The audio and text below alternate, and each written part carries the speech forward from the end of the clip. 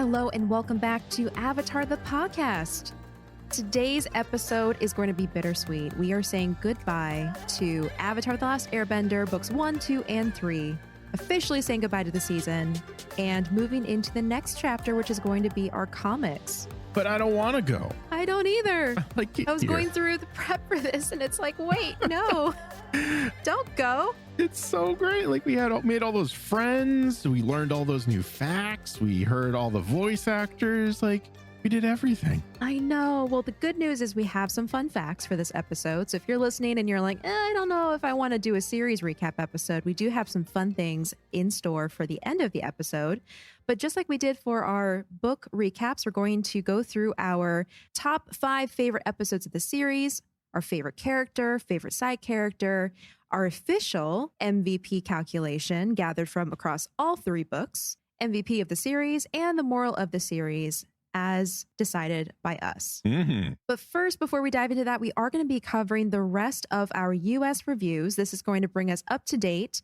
And the plan is we're going to catch up on the other countries once we get into the comic series. That's right. So all those Canada, Germany, Australia, Great Britain, there's more that I have bookmarked, but I can't remember them right now. We'll read those reviews during the comics, and I just can't wait. I can't wait to read them. I've peeked in here or there, but because we're in the US, it's a lot more difficult to do it. I can't just like pop open my phone and be like, oh, new review, like I do like every 5 minutes when I check them. I feel like when you're in the same region. Yeah, exactly. So it'll be a lot of fun. It'll be great. And we get to show some love and appreciation to the rest of the world and all of our Avatar the Podcast fam that is across all of the ponds, not just one. All of the ponds. I like it. All the ponds in every direction. Let's get started though. Let's dive right in. The first review comes from Joe Average, and Joe writes, I love this show with, that's a lot of exclamation marks. I'm going to say 142. Or a healthy handful. Is like maybe 10. Yeah. I can't wait for you to cover the comics, particularly The Search. I love listening to you guys. Keep up the great work with a big smiley face and a thumbs up.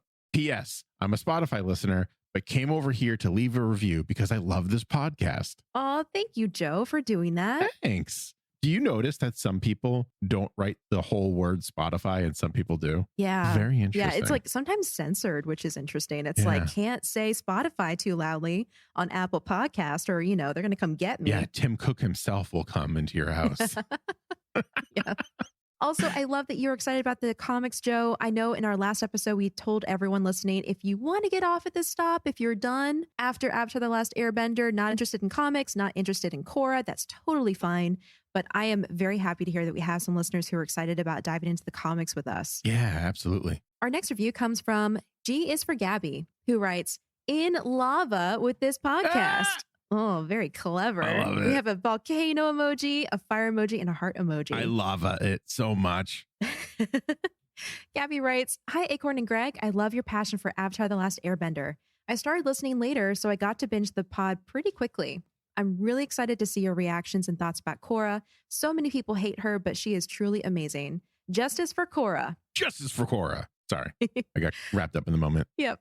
I never read the books, so I'm glad that I'll get to read along with you. This is the perfect pod for both people who are new to the Avatar verse and those of us who are longtime fans. Keep making puns and this amazing podcast. And it's the cry laughing face. It's my favorite one, by the way. Mine too. I use it a lot. That and the sob face. Yeah. P.S. My top favorite characters are Katara, Zuko, Iroh, Appa, and Toph. Excellent choices. Excellent. The next review comes from The Lost Hero, and they write, my favorite podcast. This is by far my favorite podcast. My husband got me into Avatar about 4 years ago because I wasn't allowed to watch Nickelodeon as a child, and this was his favorite show. I can relate. Oh, the things that my mom wouldn't let me watch, and I wasn't cool because of it, and I'm convinced that's the reason why. Oh, me too. Pokemon? Oh, really? No go. Harry Potter? Hit or miss. Yeah. It was like The Simpsons for me. Censoring. My mom was like, no Simpsons. And I was like, eat my shorts, man. And that's probably why there was no Simpsons for me. I wasn't allowed to watch Simpsons either. Anyways, The Lost Hero goes on to say, since then, I have been watching the series on repeat. Once I finish the finale, I start right back over. So yeah, you could say I'm pretty obsessed. I was looking for something sparkle emoji more end sparkle emoji to satisfy my need for even more Avatar besides the comics, Kyoshi, novels, Korra, etc., and stumbled across this podcast. Acorn and Greg are phenomenal. I love the depth they go into when summarizing and analyzing the episodes. They clearly put so much effort into creating the show, and it is so appreciated. I love the format they've established too. I can't drive anywhere without putting on an episode of this podcast anymore. Oh, thank you. My favorite characters are hands down Sokka and Suki. They are the OTP, and I will die on this hill. My husband and I even write to Sokka from Suki and vice versa when we exchange gifts. I appreciate all the love Greg gives Sokka. Thank you forever, Acorn and Greg. Heart emoji. Okay, that is the cutest thing I've ever heard. I absolutely love that. To Sokka from Suki. Oh my gosh. Greg, I think you found someone to rival your love for Sokka. Oh man. I feel so like uncomfortable right now. I didn't think I would meet someone who had as much love for Sokka as I did. Well, great to meet you. Thank you so much for writing and leaving that 5-star review. We super appreciate it. And I'm going to like remember this story, I feel like forever.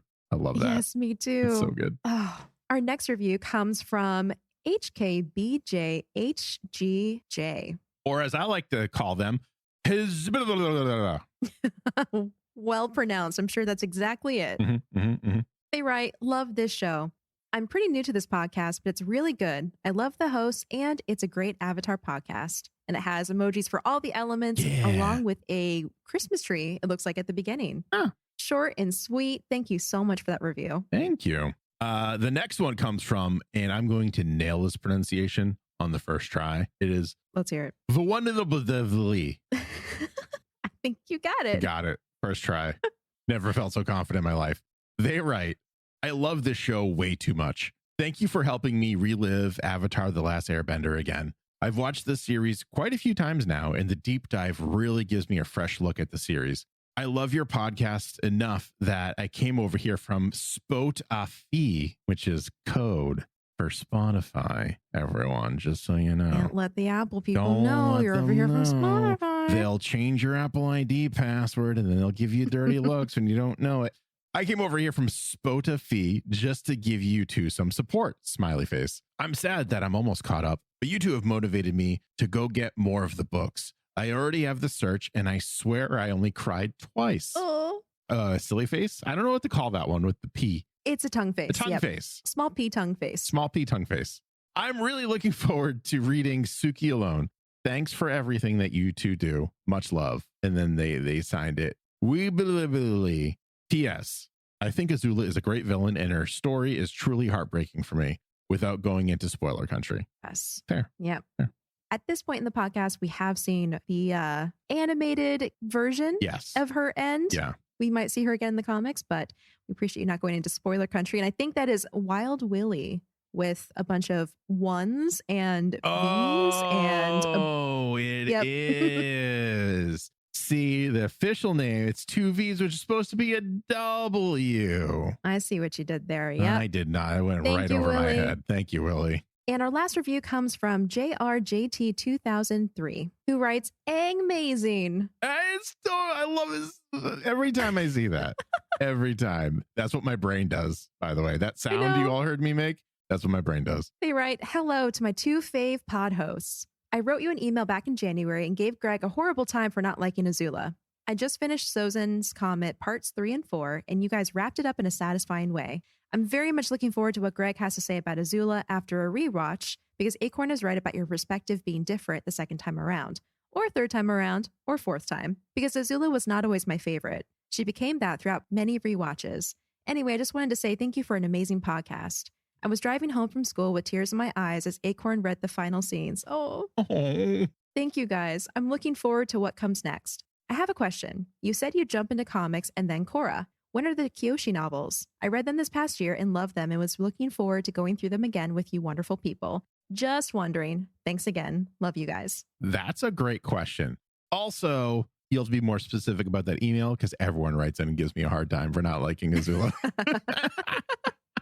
But it's a great point you make, yes. JRJT, because I really fell in love with Azula over multiple rewatches because I could see the nuances of her character and like the decline of her mental health, and prolonged exposure, I think, is what gives you the most appreciation for her character. Yeah. I'll say this now because I don't know when we'll say it during this episode, but I do, after the rewatch, I do like her more. She's not one of my favorite characters yet. Spoilers for what's coming up in the episode. But I do like her more than like when I was immediately off put by her when she first kind of showed up. So maybe after a couple other times, she'll hit maybe top 5, top 10. But I think they're onto something there. Yeah. As for the Kyoshi novels, we are also so excited to get to them. We did talk about our lineup and we realized the comics are going to be taking up so much time because of how many there are, how many parts there are for each. And we didn't want to spend so much time on the written material before getting back to the animated series. So we decided the Kyoshi novels are going to come later, potentially in the middle of Korra, potentially after Korra. But that is the current plan, just so we can kind of balance the different types of media in the podcast. Yeah. And it's also because Kyoshi is so far removed from the rest of the content right now that just kind of felt like while we don't want to wait to read these, we don't want to wait to read anything or go through anything. Let's just throw that out there. But Kyoshi felt like a very natural thing to just say like, okay, well, like maybe during or after Korra, because, you know, it won't bleed over as much and we'll maybe be able to connect some dots from Aang and Korra and the comics maybe after we do that. So there was a lot of thought and it was a very difficult decision to make. So we apologize if anyone was really looking forward to Kyoshi earlier than that, but look how fast we went through Avatar: The Last Airbender. Just gonna a year and change. Yeah, a year and some change. You know, not that terrible. Not that bad. Not too shabby. So yeah, it'll be that. All right. Well, that wraps up our reviews. And thank you again, everyone who has written a review. I feel very accomplished that we got through all the reviews with this recording. As more come in, we're going to be continuing to read them. So if you'd like to leave us a 5-star written review, you can do so over on Apple Podcasts, and we will read it here on the podcast. All right. Are you ready to dive into our series recap, Greg? No, I'm not. Truthful answer, no. No, truth. Can I be honest for a minute? No, because when we start this episode, that means that we've actually finished all of the coverage for Aang's animated saga. And emotionally, I'm like, I'm doing me is what's going on. I'm just like, no, I don't want, I'm kicking and screaming. Acorn is dragging me through this. That's what's going to happen. But it's fine. Emotionally and mentally, you're still back in the Jasmine Dragon with the fam after defeating Ozai. Yeah. I'm still part of the crowd watching as Jet gets hauled away by the Dai Li. Still there, still hanging out with Chong and the Nomads, just singing songs. Well, let's start the kicking and screaming now with our top 5 favorite episodes of the series. Yes. Do you want me to go first? Or you want to go first? Yeah, why don't you go first? I went first last time. Okay. So yes, the top 5, or Greg's top 5 favorite episodes of the entire series. This was probably the most difficult decision to make. Yeah. I boiled it down to 5, but please know that there are many, many, many more that I am absolutely in love with. And I'm only going to cheat on one of them and do like a tied for, because I can't not do that. So coming in at number 5 is going to be the tie for me. And that's going to be book 1, The Blue Spirit. I love the Blue Spirit episode. Yeah. It is so cool. It's the first time we really see Zuko kind of lashing out and doing his own thing. So we get like the beginning of that kind of saga. We see just how skilled he is without firebending. And we see a friendship start to blossom a little bit, which is really cool. Between him and Aang. Between him and Aang. Yes, absolutely. And one of my favorite parts, we get to see Zhao monologuing to all of his people. Good old Zhao. Love him. He's so good. Miss that guy. I miss him so much. The tie is going to be book 3, Sokka's Master. Everyone knows that I love that episode, and I can't not have it in the top 5 personally. I thought it would be higher up in this list, to be honest with you. But as we went through, I was like, oh, no, there's this. And then I just had a list of like 45% of all the episodes, which wasn't what the assignment was. Coming in at number 4 was the Avatar and the Fire Lord. I really like this episode because of the world building, because we get to see what times were like before Aang was even really born when you think about it. And I didn't like Roku at first. Like, I did not like him, but like he's just blah to me, right? It's just kind of like vanilla ice cream. It's like, it's fine, but it's not, I'm not going to go and like ask for vanilla ice cream, but I can get all these different flavors. But what it did was it kind of like, this episode showed the nuances of the ice cream. It showed how Roku got this way, who his team avatar was. And it was essentially just Sozin. Yeah. And Fang.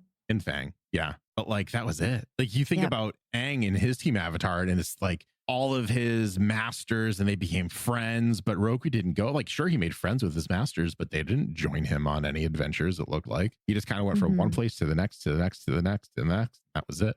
So it was kind of heartbreaking when I realized that. Yeah. Maybe just That's a good point. Coming in at number 3 was the Blind Bandit, because Toph. Yeah. Essentially, because Toph. And I love macho wrestling impressions and voices and all that. It's just very funny. Coming in at number 2 might surprise some people because they thought this might be higher on the list. It's the Cave of Two Lovers. I knew it. I love this episode. And this is not like my 5, what I think are the best episodes. I think this is like my 5 favorite. Your personally. favorite. My favorite. Yeah. So some people might be like, well, that's not like one of the best episodes. You are right, but it's still one of my favorites. And it's mainly because of Chong and the music and all. It was just great. It has such a, like, again, it adds to world building. It has a great moral to it. We never see Chong again in animated form, which is really heartbreaking, but we know he's out there. It was just so good. And like, I sing Secret Tunnel to this day. And I think if I remember correctly, you watched that particular episode that week, what, 5 times? So many times. It was too many times. More than that? I love that episode. It's so, I got to the point where I would start fast forwarding to the music bits. Is what I got to the point. And that was after the 4th or 5th time, because I just like, oh my God, I just knew where they were. And I just wanted to watch the music. Let's be honest. Okay, number 1 is the Tales of Ba Sing Se. Oh, but wow. I'm gonna like give myself some leeway and say minus the Sokka story, because like the Sokka tale is not great. But every other you tale, did not like that one. It was like just not good. It was just, I don't know. I just didn't like it. If you liked it, that's fine. There's nothing against you. But for me personally, it didn't do anything for me, except they did have Melinda Clark as the voice of the teacher. And any OC fan knows that's Julie Cooper. So I love me some Julie Cooper sometimes. And I think that's number 1 because primarily of the Tale of Iroh.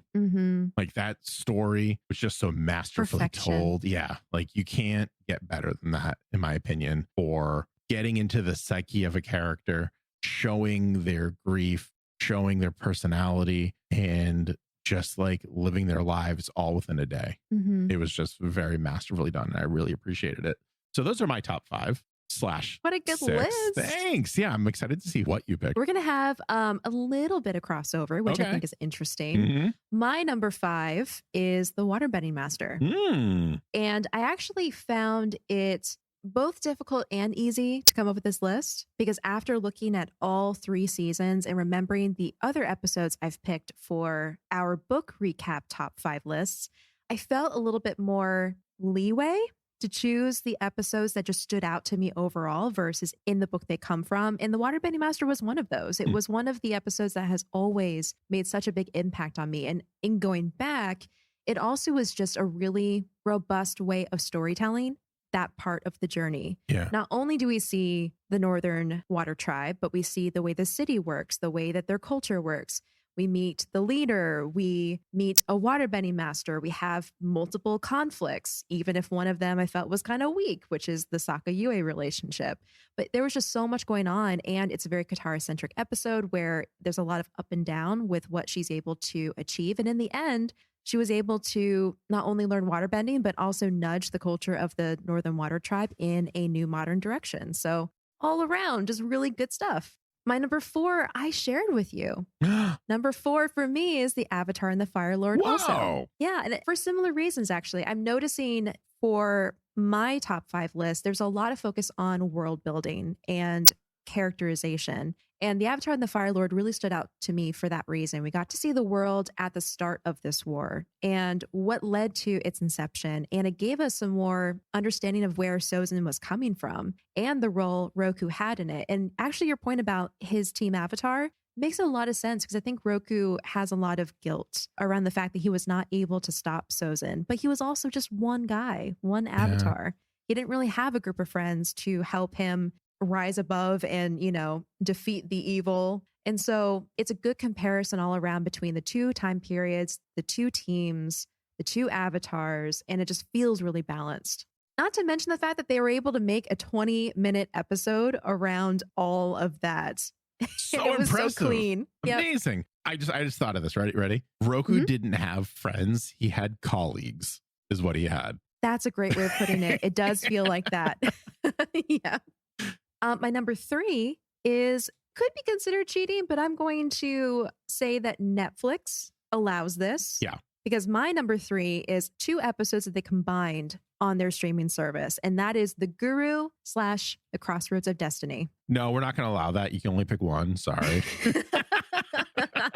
Only Greg's allowed to cheat. No combining. Again, similar reasons. The Guru and The Crossroads of Destiny just has so much world building, world concepts, and characterization. It's so exciting. It's a pivotal moment for Zuko. It's a pivotal moment for even Team Avatar because that's where Aang gets hurt. But no matter how many times I watched those 2 episodes, they always hit me emotionally more than many other episodes of Avatar. So they had to make the list. My number 2 is also shared, not in the position, but in the episode because it's The Blind Bandit. Oh, I had a feeling that was going to be one we both picked. It has to. Yeah. We basically spent a full season's worth of buildup talking about The Blind Bandit. Yeah. We started at the end of book 1 and then we're heavy into book 2 talking about We Can't Wait Till Toph. We Can't Wait Till Toph. The Blind Bandit. Yep. And that's another episode that I can watch literally countless times and love it every single time. Yeah. And just to remind everyone, that is one of the episodes, one of many, where Mike and Brian had a large hand in how the story was told. They were part of the storyboarding for that introduction where Aang sees the boulder get bested by Toph. And so much of it is just, again, very well paced out, well told. And we get to see a side of the characters that we don't normally see. And I'm thinking about Sokka in this moment where he's just like, take him down. So good. Yeah, the boulder. Yeah, so good. And finally, my number 1 is Sozin's Comet Part 4, Avatar Aang. That surprises me. I don't know why. I think it's for the same reason that it made my top 5 list for book 3. There's just something very satisfying about that episode. Everything comes full circle. We get to see the end of our characters' journeys, the fruits of their labor, the clashing of strong powers, and then the resolution. It's just like emotionally, it has everything. Yeah. It's very encapsulated for that reason. And I think it's also because it's another one of those episodes where I can watch it countless times, not get tired of it, cry every single time, especially at the Agni Kai and the music. Yeah. And the fight between Aang and Ozai. It's so good. But like you were saying, there's also a lot of episodes that got honorable mentions in my mind. I had to pass over them just because these episodes burned brighter for me. Yeah, a lot of it too. A lot of the selection process was also kind of determined by what I remembered from my first watch through, which was like over 10 years ago at this point. So like I remembered Iroh's story that like really sunk in there. The Blue Spirit I remembered fairly vividly, at least the Blue Spirit parts. So for me, that's just like a test of time. And that just showed how much like that meant to me. Appa's Lost Days was like so tough to not include in this list. Yep. It was number 6 for sure. I paused there too. Yeah. And the library. Oh yeah. The library. Yeah. Well, those two, like we could easily have just you'd be like top 6 and then just library and yeah, here we go. But that was one that I remembered vividly. And I remember crying the first time I watched that episode and holding my dog at that point, just being like, I love you so much. Never leave me. Never leave me. But yeah, so that was definitely in there. And it was just like, I'm stalling at this point because I don't want to go into the next category, because if we go to the next category, that's one category closer to leaving the animated series behind. So I'll stop rambling. So our next section is favorite character of the series. Yeah. Now, here's a question. Mm-hmm. Are we ruling out our other favorite characters of the books in choosing someone new? Or is this a carte blanche? We can choose anyone we want. We're ending out the series with a bang. I would say carte blanche. I would say we just choose whoever, because this feels like, even though it's a recap episode, it feels like it's its own category. It feels like it's its own thing. So I'm going to say... I feel the same way. Okay. Well, let's do an official after the podcast vote right now, as everyone's listening. All in favor of letting us choose past selections for characters for favorite character for the series recap, say aye. Okay. Yep. Just gotta say aye, Acorn. Say aye. Wait, which one did you just say out? I was imagining everyone listening saying aye. I wasn't paying attention to your question. No, it's you and me. We're the only ones who have votes that matter on this. Oh, I thought you were talking to our listeners. No. I'm talking to you. All right. So, okay, say it again. All in favor of revoking the rule where we cannot pick past favorite characters for the series recap, say aye. Aye. There, the ayes have it. There we go. We're agreed. 100%. Unanimous vote. We can choose past characters that were voted as favorite. Okay, great. So who is your favorite character of the series, Greg? It's going to surprise literally no one. It's still Sokka. Okay, great. Mine's still Katara. Next. Wonderful. It was close with Iroh too, but it's still Sokka. Yeah. There was very few things about him that I disliked, including like being like, he's a little rough in the beginning. Like, let's all be honest, but he learned and he grew, and I really like that aspect of him. I really like the man that he turned into towards the end. Let's just say the warrior that he evolved into. It was very cool to see, and I was still able to relate to him on so many different levels, which I was not anticipating still being able to do. So for all that and more, Sokka is my favorite character. Yep. And for the same reason, Katara was very headstrong and very, very opinionated in the beginning, very driven, which are good qualities. But at the same time, it was like her entire character. But then as the series goes on, we see more aspects of her character, how she's kind and warm and has a sense of justice and doesn't let obstacles like tradition get in her way of her goals. And just watching her become the waterbender, the master waterbender that she eventually turns out to be, is again so satisfying. She didn't know how to bend and accidentally bound Aang in an iceberg through her bending, to the end where she's a master waterbender in her own right and is freaking powerful. Yeah. So I love her not only for her personality and her character, but also for her journey. Absolutely. Watching her not be able to control her bending, which resulted in Sokka getting wet every time, to being able to not only freeze her opponent, but control the water that's already frozen to have her maneuver out. And like, it was just so cool. So masterfully done. Like, amazing. Absolutely amazing. Yeah. And I would say, I think the moment that she became a master waterbender was the moment that she stopped getting Sokka wet with her bending. Yeah. I don't even know when that was. I'm hazarding a guess. That would have been, I'm next watch through. I'm going to pay attention to that and see where that episode is. That's like such a cool little detail I'd never even considered. Yeah. Oh, and something I just kind of thought of as you were talking as well in regards to Sokka, the fact that a lot of us were so heartbroken when he lost Boomerang goes to show you like how attached Sokka was to his equipment and his tools and his weapons and everything, that like you just felt that connection. So it's just another sign of a great character. I don't know. I just wanted to put that in there before I forgot. I'm going to add to that and say, I think Sokka secretly was a bender. I think he was a sarcasm bender. I thought you were going to say he was an emotion bender. I mean that too. Yeah. Our next section is our favorite side character of the series. I am 110% cheating on this one. Okay. I cannot pick one. There's no way you can expect me to pick one favorite character. Out of all, are you kidding me? Out of all these amazing, that's to say, if you pick one, that's fine. But for me personally, I was going to say it was easy for me just because it was like my number one was so far above all the others. Oh, okay. Well, I have a top 4 and I stopped myself there. Wow. Okay, let's hear it. Chong. This is in no particular order, by the way, but Chong, obviously.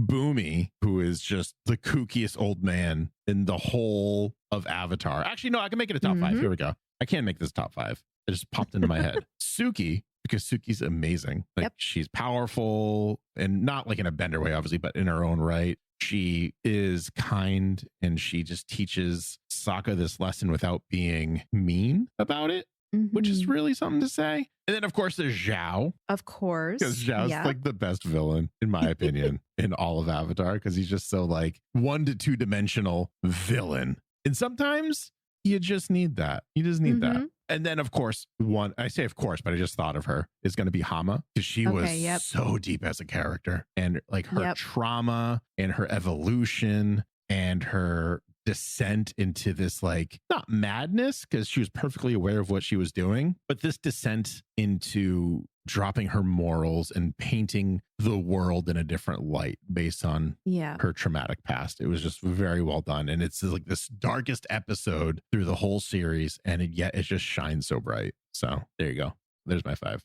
A great list. Yeah, thanks. And I agree. I agree with all of those. I had an overlap from my favorite side character for the series with our book 3 recap, because it was Suki for me, number 1. But in thinking about it, Guru Patik came to mind, Zhao came to mind, even like the Swamp Benders came to mind. So there's a bunch of honorable mentions. And I'm just going to say here that the world of Avatar is so well made and so well told that all of the side characters are memorable in their own way. Yeah, absolutely. 110%. Like, if you disagree with our lists, that's awesome, because like everyone has different likes, and different side characters are meant to ring true to different people as well. So exactly. I'm very curious to see what other people like as top 5 favorite side characters. We've often asked for top 5 of the main cast, but not the side characters. So if you have any side characters that you really enjoy, let us know. I would love to see that. Yeah, we're gonna stop using the old, if you have a top 5 of the main characters, that's it. That's done. New chapter. Side characters. Side characters only. Yeah. All right. Our next section is going into more empirical data as we explore our series MVP that is calculated. These numbers and this ranking is going to be an accumulation of all of our MVPs per episode from across the past 3 books. This also came out to be a top 5 list. So with our number 5 spot, we have Toph and Katara, who came in with a total of 3 MVP votes across the whole podcast. That's surprising. I know, right? Only 3 each. Wow. I trust you. I'm going to say this and say I don't believe that. Not because... I triple checked because I was so shocked. Oh, no, I know you did. And I know you're right. But my brain is just like, that can't be correct. That can't possibly be. But it is. I know it is. I know 100% it is correct. But like, wow, I'm in shock. Is what that is. Yeah. And I think it's because, at least for Toph and Katara, they have very iconic episodes for them. Blind Bandit, of course, Toph got the MVP for that episode. With the other characters, I think they had a strong presence more consistently across the series versus those really standout episodes where it's like, yes, it's Toph, or yes, it's Katara. Yeah, that's actually very fair. Yeah. And I think a lot of the times, too, we give MVPs for not just having an episode based on you or having that be your main adventure, right? But also because the character did something that really helped further the plot along, or did something that we really wanted to exemplify. And I feel like whenever Toph or Katara had one of those moments, another character had a moment like that. And it maybe just narrowly just like tipped the scales into the favor of the other character. I feel like. I agree with you, because I think even for a very iconic Katara episode, the Southern Raiders, we gave Zuko the MVP. Yeah. Because he was the one who pushed her into this journey and helped lead her to the truth of the end of the episode, which is, you know, killing is not the answer. And forgiveness is something important to keep in mind when you're going up against something as traumatic as losing your mother at the hands of this man. Absolutely. Yeah. The number 4 is Aang, who got 7 MVP votes across the whole podcast. Also not surprising, because we have spent so many moments in our episodes talking about how poor Aang, he just never gets MVP. Yeah. And finally, in book 3, he started getting a lot more because that is more his season where he was doing a lot of character development and growth and playing a bigger role in the plot versus just, our favorite jovial kid airbender. Yeah, for sure. He really started kind of seeing the world in a different way. And he was really kind of fighting it too, it seemed like at times in book 3. Yep. Yeah, very cool. The number 3 spot for the series MVP calculation is Iroh, who came in with 13.5 total MVP nominations. Not surprising. Nope, not at all. We went into this very publicly acknowledging that I feel like we're both Iroh fans. Yes. Yeah, that seems right. And based on what we were just talking about, Iroh has most consistently played an MVP role in the episodes, because he has been the one who has imparted wisdom or been there to support or been there in some other way to help develop the other characters. Yeah, he's a great supporting character. You really can't make a better one, in my opinion. Yeah, so he definitely earns that spot at number 3. Yeah. Number 2 was Zuko. That's surprising. Yeah, with 14 total MVP nominations. That, again, my brain can't wrap my head around. Like, I feel like it was less, but I know it wasn't. But it's just... Well, if you think about it too, actually, I'm getting less surprised the more I'm wrapping my mind around this. Mm-hmm. Because whenever anyone recommends Avatar: The Last Airbender, at least in my inner circles, it's always, you have to check out Zuko. And we talked about it, like before we started like being a little more strict about spoilers about future episodes in the early days, before our editor Rob was just like, I haven't seen it yet and I'm editing this and I'm watching alongside, stop spoiling things.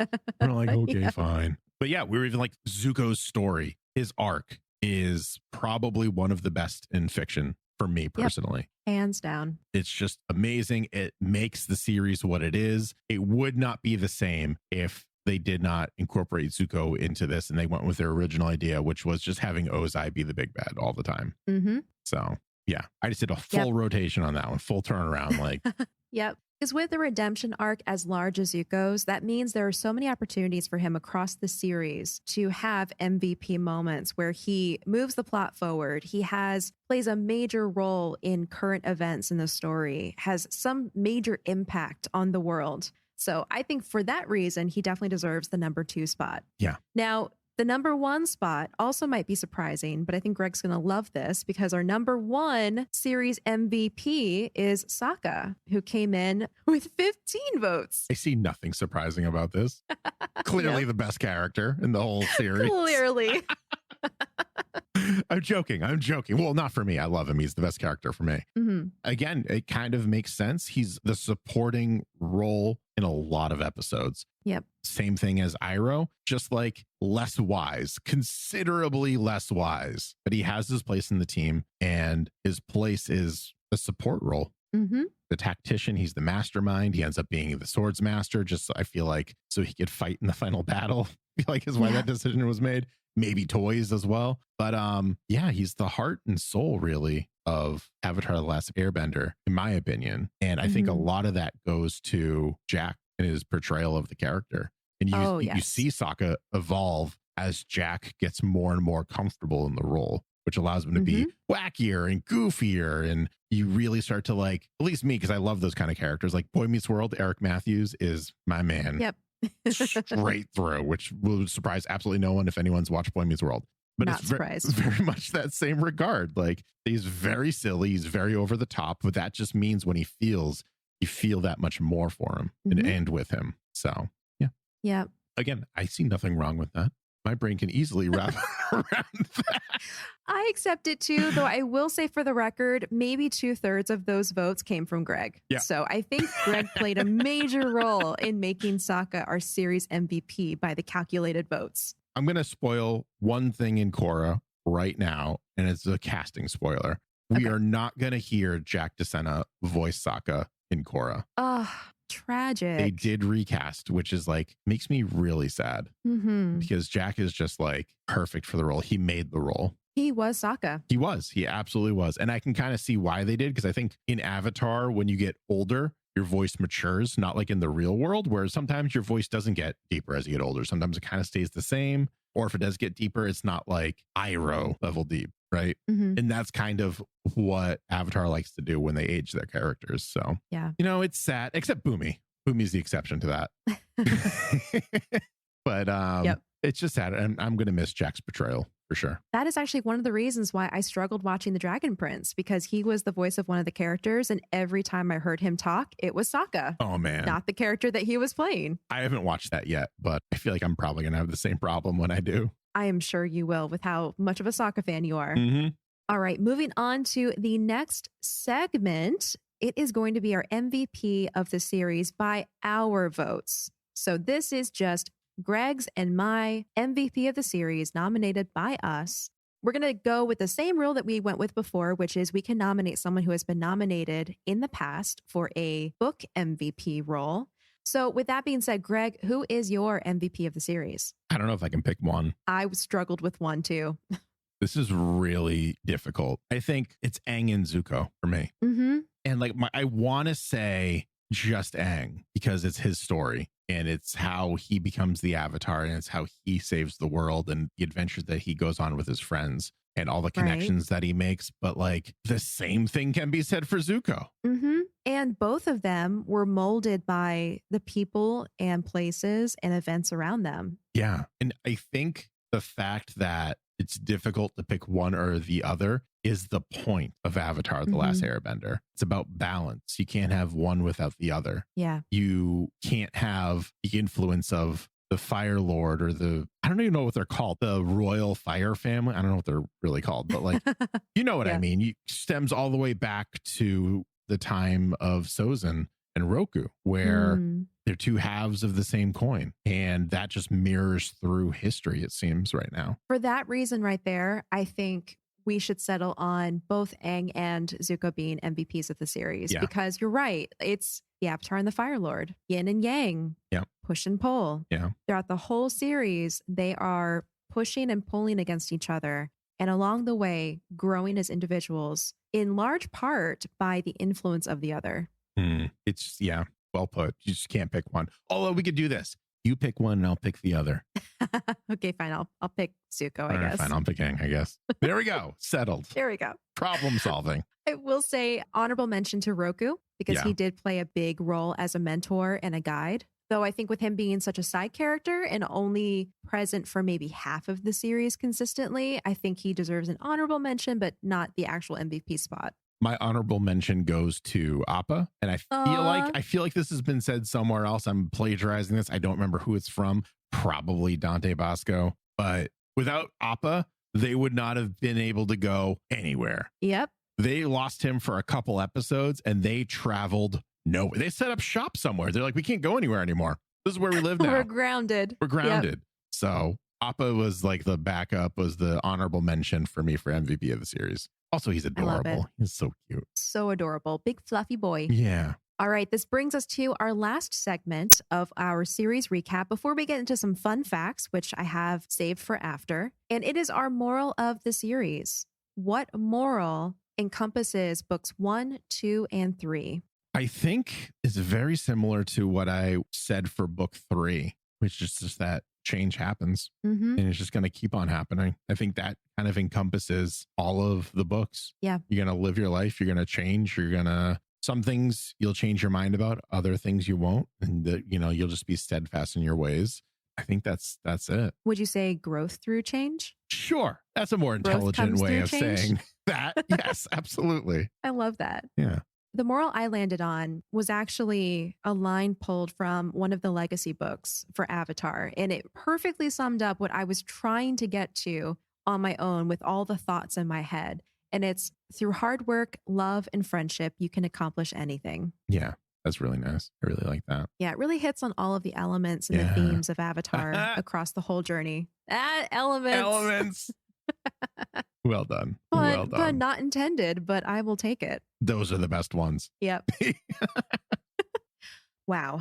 After that, I feel like we've just finished our own journey across the Avatar world. I know. It feels final now. Yeah. I don't know what to do.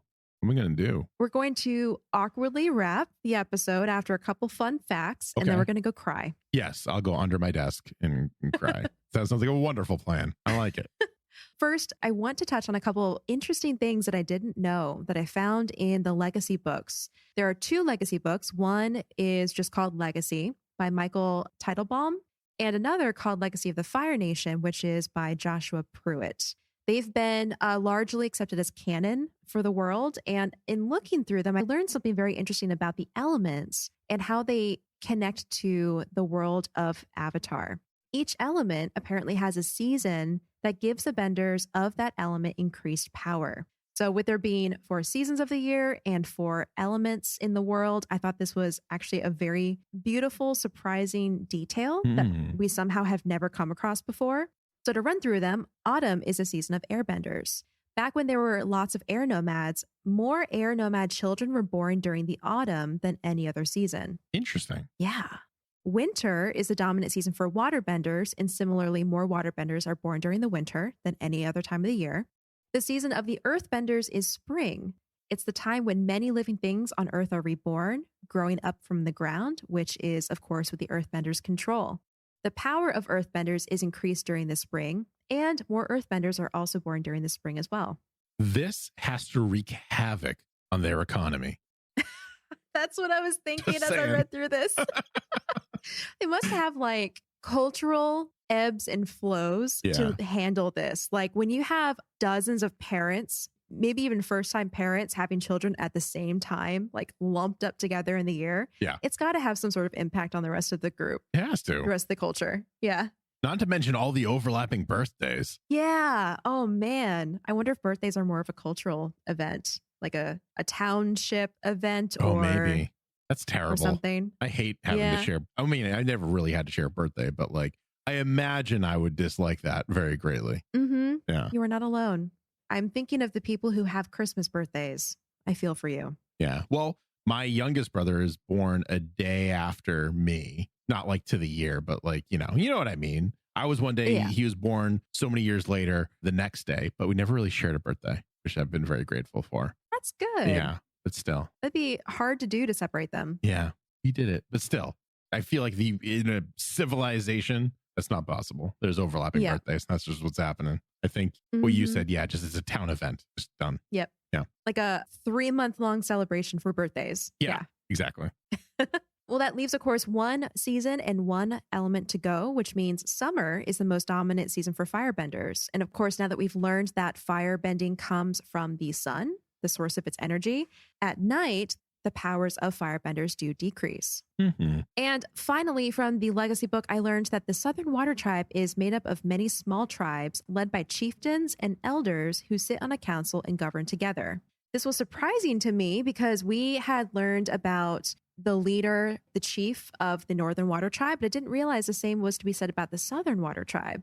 So Hakoda is a leader, but he is potentially only the leader of 1 tribe out of the Southern Water Tribe. That makes sense to me. Yeah, it makes sense to me too, but it's something that we don't actually see in the show. So it's cool to find out after the fact. Yeah. And it also kind of, like, if you had that feeling of, wow, the Southern Water Tribe feels very small since Sokka is the oldest male that was left behind. But no, that's probably just a village of the whole. Yeah, I like that. Yeah. The settlement that we see that Zuko attacks, it's probably only 1 settlement across the South Pole. Much like the island of Kyoshi. Yep, much like that. Okay, and we have 1 more thing to share. And Greg, I'm going to need your help with this one. Okay. We've established that we love Iroh so very, very, very much. Yes. Apparently, Legacy of the Fire Nation has his Jasmine Dragon tea menu. Ooh. With the names of teas and their description. So I thought it would be fun if we alternated and read out his tea menu. Okay. I like it. Okay. I want to invite everyone listening to close your eyes. If it's safe, if you're driving, don't do that. But to close your eyes and imagine us in Ba Sing Se. We're in the Jasmine Dragon. And Iroh, who is now retired, is showing us his tea menu and guiding us through what to order as we sit back and enjoy our afternoon with Team Avatar around us. So as we read this menu, pick out the tea that you want and imagine that you're going to ask Iroh to brew that for you. The first one is the Metal Brew, which is black in color, withered leaves, but strong in flavor. Like an earthbender I once knew, Toph, who could manipulate the metal of the earth. This tea will crank you up and fuel you for your day. But look out, just like Toph herself, this brew really packs a punch. I like it. The next tea is Ba Sing Kuan. Named for the patron of this wonderful tea house, this green tea's leaves have a refined shape and a soothing texture. Subtle in its taste due to a faster brewing time on lower heat, this tea is reserved for refined palates up here on the upper ring. The next one is the White Lotus tile, named for the pie show piece of the same name. Pale tea is the most delicate of all teas, yet it can be deceiving. This tea holds secrets. Under its natural layers of sweetness hides a complex undercurrent of intriguing tastes and strength. The next tea is Bender tea, an oolong tea blended for those who cultivate a much more balanced approach to life. Named for two young benders, Aang and Katara, whose strength and flexibility against impossible odds proved that sometimes the right path and the right flavor are found in the paths between. And then we have the Appa blend. Something new and exclusive to the Jasmine Dragon, a concoction of flavors that at first may not sound or smell very good. This blend of milk, tea, and tapioca balls, much like its sky bison namesake, is full of surprises that favor the brave. And the last tea on the menu is the Red-Blooded Nephew. Amber in color and grassy in taste, this tea is not for everyone. Like my own nephew, Zuko, this tea is strong, but its boldness can leave a bitter taste in the mouth. It also tastes like Zuko made it. It's not a very good tea. I should take it off this menu probably, but I'm too lazy. I was going to pick that one, and then you finish the description, and maybe not so much. Iroh put it on the menu just to honor his nephew. That's fair. Even if no one orders it. Maybe it's fine with a lot of sugar added or something. Maybe. I don't know. So what tea would you order, Greg? It's kind of actually, you know what? No, Metal Brew. I was thinking between Metal Brew or a White Lotus tile, but Metal Brew just sounds really good. Sounds very tasty to me. What about you? I think I would ultimately pick the Appa blend for my first tea. I was leaning towards that. Future visits? Yeah. Future visits, I would order some other things like the White Lotus tile, but I love milk tea with tapioca pearls, so I'd probably go with that one. I was thinking that as well, but then he said it doesn't smell very good, and I was like, yeah, I don't know. Well, that was fun. That was really good. Yeah. And with that, that is the end of our series recap episode. But is it? Because I have something that I want to mention that I forgot to mention last week. And it's let's keep going then. What is it? No, I'm not stalling just because I don't want this to end. What are you talking about? So all of our patrons know that we have a thing called Secret Podcast. And I think everyone that listens also knows about Secret Podcast if you haven't already heard it. In Secret Podcast, Acorn and I are given characters by the patrons to pick up a name, backstory, etc. I'm not very good at picking names. Anyone will tell you that. Literally any one of my friends will be like, he's the worst at picking names. So often what I do is I go to Google Translate and I try to find synonyms and stuff like that. One day I was on there trying to pick names, and if you've used Google Translate, you know that they can speak it so you can know how it's pronounced. And I was like, let me just type in Team Avatar's name one by one. And the pronunciations, I kid you not, are exactly from the M. Night Shyamalan movie. They would be. I remember. That was his defense. He was like, phonetically, this is more accurate to Asian cultures. They would pronounce it like this. And it's like, M. Night, you're missing the point, my man. This is just like the most like random fun fact, but I just kept on going down that rabbit hole, and it was just like Iro and Sokka and Ang. And I was like, oh, this hurts me so much. But it's also, I'm very amused that all M. Night Shyamalan did, it seems, is just type the names into Google Translate. Yeah. Or basically talk to anyone from an Asian descent to see how the names would be pronounced in the real world. I think he just went to Google Translate. It's mean to say, but that would kind of fit with the execution of the movies. That's the only reason why. If the movie was better, I would 110% agree with you. Yeah. But it was so bad, and it missed the point in every turn. The last time I'll talk about it. I just thought that was very amusing, and I wanted to share it with everyone. Hopefully you got a laugh out of that, because I sure as hell did. I'll let you know that. I'm just going to point out the fact that we just did our series recap episode, and M. Night's movie somehow made it in. It's still part of the series. It is. Even though it's bad, there's no redeeming qualities that I can see in that movie. Took me 2 or 3 attempts to get through it all. It's still part of the fandom. It's still an adaptation of what we love. So I also feel like to not mention it on our series recap episode would be not doing our full journey justice. Ah, that's fair. That very painful period of my life when I had to watch that movie a second time. Yes. It felt like it took 5 years to finish it. It did, actually.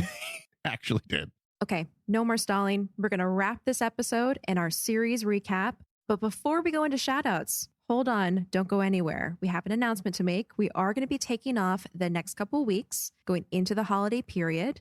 Our episodes featuring the comics will start back up again at the end of December. So you're not going to be hearing from us for the next couple Fridays. We're going to be preparing for the next chapter of covering comics and also enjoying our time with our families. Yeah, and getting some much needed R&R, also some background work that no one really sees but needs to get done anyways. It's the fun part of what we do.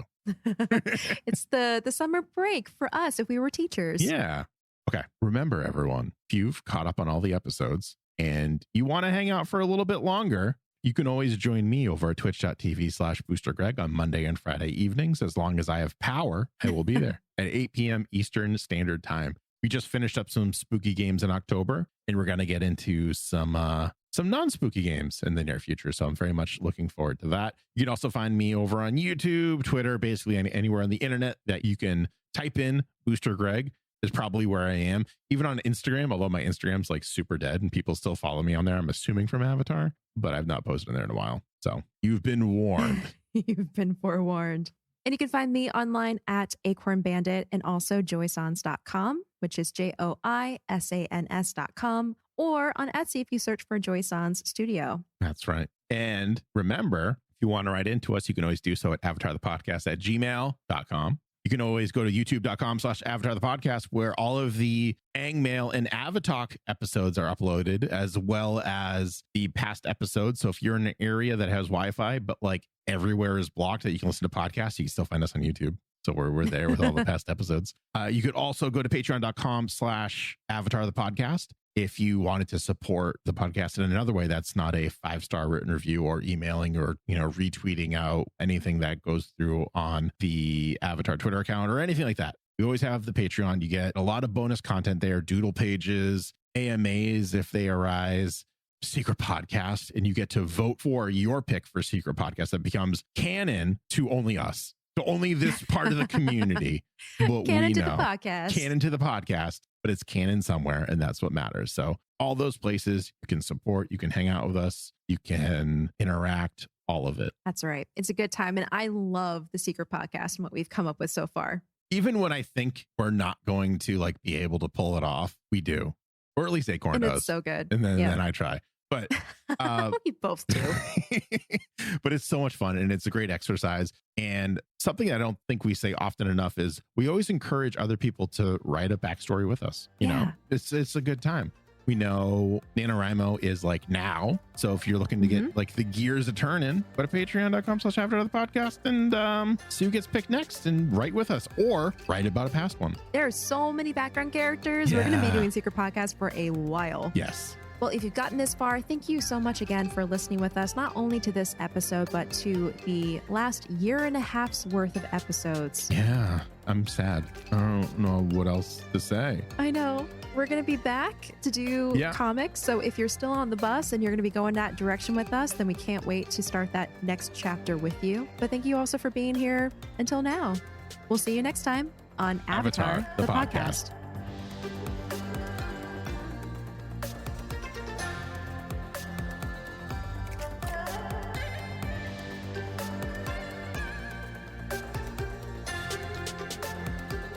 Avatar, the podcast, is a proud part of the Geek Generation Network. Remember to check out all of our other podcasts at thegeekgeneration.com.